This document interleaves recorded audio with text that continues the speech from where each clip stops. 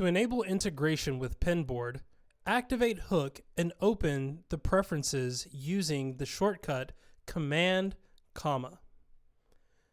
You can also select the gear from the Hook menu or select preferences from the menu bar icon.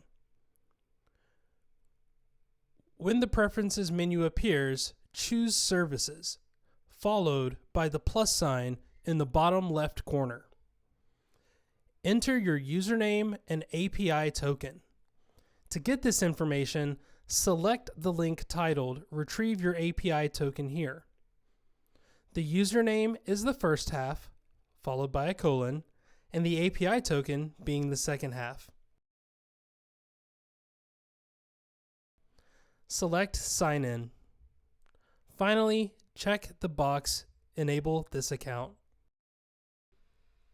To find hook content in Pinboard easier, you can go to the tag section and select the Apply from Hook Tag to Pinboard option.